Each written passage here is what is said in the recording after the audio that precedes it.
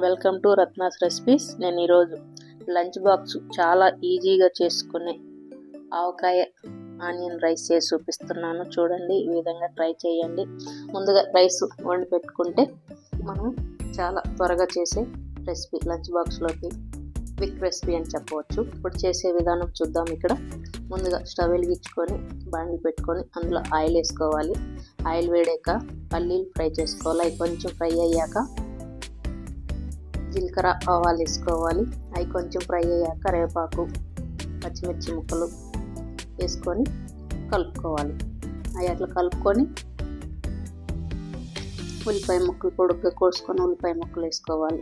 అవి అట్లా వేసుకొని బాగా ఫ్రై చేసుకోవాలి.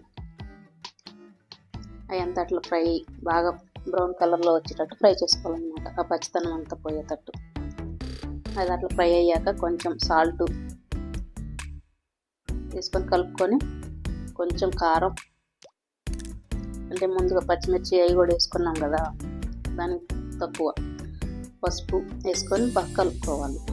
అట్లా కలుపుకొని అట్లా ఫ్రై అయ్యాక ఆవకాయ పికిల్ ఉంటుంది కదా, అది వేసుకోవాలి. ఇది మామూలుగా రెడీమేడ్ పికిల్ కాబట్టి మనకు కలర్ అట్లా ఉంది. ఇంట్లో ఆవకాయ అయితే ఇంకా సూపర్గా ఉంటుంది టేస్ట్. ఇప్పుడు ముందుగా వండి చల్లార్చుకున్న రైస్ ఉంది కదా, ఒక్కోసారి నైట్ రైస్ కూడా మిగులుతుంది, లేదంటే మధ్యాహ్నం రైస్ మిగులుతుంది. నైట్కి ఏం చేయాలో అర్థం కానప్పుడు ఇలా ఈజీగా చేసుకోవచ్చు అన్నమాట, కూరగాయలు ఏం లేనప్పుడు కూడా. ఇప్పుడు avakaya rice ready. Bye, thank you.